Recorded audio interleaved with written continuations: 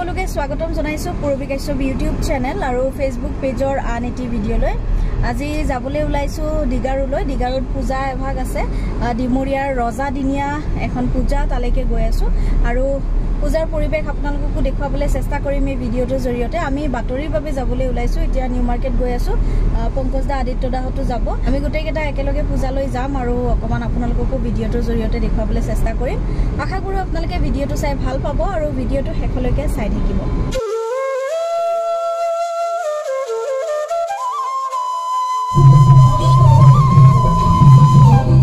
আমি আহি পালো ডিগাৰুৰ ঘগুৱা আৰু ডিগাৰুৰ ঘগুৱাৰ ঐতিহাসিক মালগোসাই পূজাৰ কিছু দৃশ্য আপোনালোককো দেখুৱাবলৈ চেষ্টা কৰিম ভিডিঅটো শেষলৈকে চাই থাকিব আৰু আপোনালোকে দেখিবলৈ পাইছে এক প্ৰাকৃতিক মনোমোহা পৰিবেশ এই মনোমোহা পৰিবেশৰ মাজতেই ৰজা দিনিয়া পৰম্পৰা অক্ষুণ্ণ ৰাখি মালগোসাই পূজা ভাগৰ আয়োজন কৰিছে অঞ্চলটোৰ ৰাইজে এয়া ভক্তসকল লাহে লাহে আহি আছে এতিয়া মানুহৰ অকমান আমি গৈ পোৱা সময়খিনিত অলপ কম মানুহ আছিল কিন্তু লাহে লাহে ভক্তসকলে আহি আছে আমি পূজাথলী আহি পালো মালগোসাই পূজালৈকে আহিছো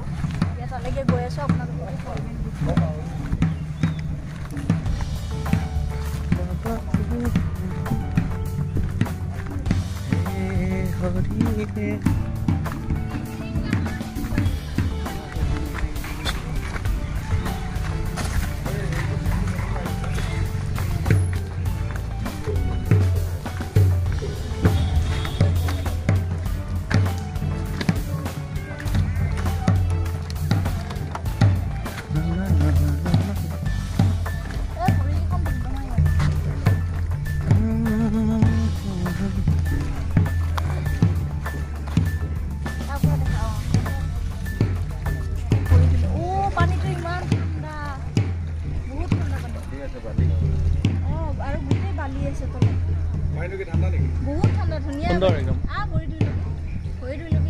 আমি আহি পালো পূজাথলী এয়াই হৈছে ডিমৰিয়াৰ ৰজা দিনিয়া পৰম্পৰাগত মালগোসাই পূজা সোণাপুৰৰ ডিগাৰুত আয়োজিত এই মালগোসাই পূজা ভাগৰ বাবে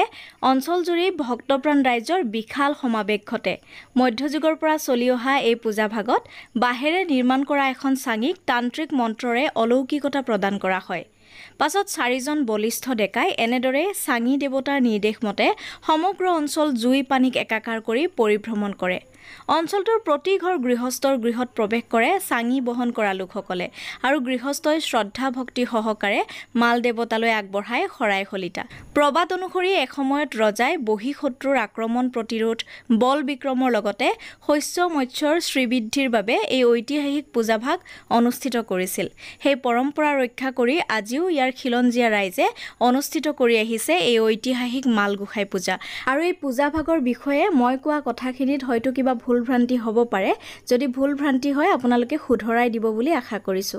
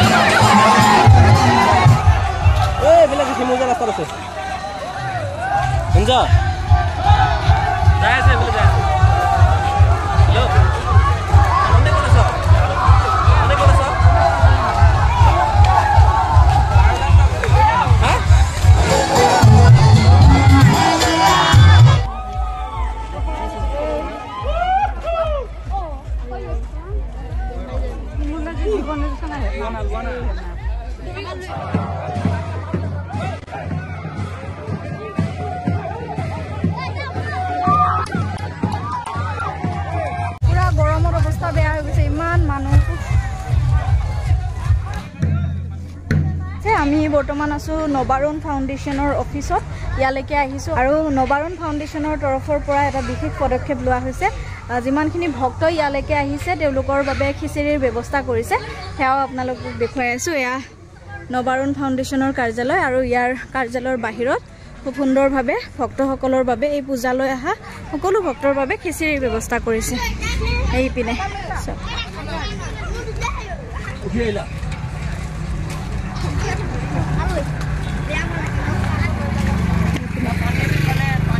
চিৰিৰ ব্যৱস্থা কৰা হৈছে ধুনীয়াকৈ।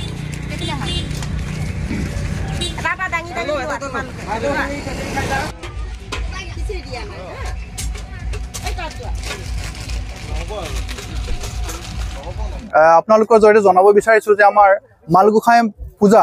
অতীতৰ পৰা চলি আহিছে, বহুত অতীতৰ। আমিতো জন্ম কিমান দিন হ'ল, 40 বছৰ হ'ল, তাৰ বহুত আগৰ পৰাই মালগোসাঁই চলি আহিছে। মালগোসাঁইক আমি সকলোৱে শক্তি পূজা বুলি জানো, মানে ঐশ্বৰিক শক্তি আছে আৰু সকলোৱে মানে, আৰু বিভিন্ন ঠাইৰ পৰা মানুহ জনগণ আহে ইয়াত চাবলৈ। আজি আমি ভাবিছিলোঁ 2000-3000 হ'ব, নহয়, আজি 4,000-5,000 মানুহতকৈ বেছি হ'ব পাৰে, আমি দেখি আছোঁ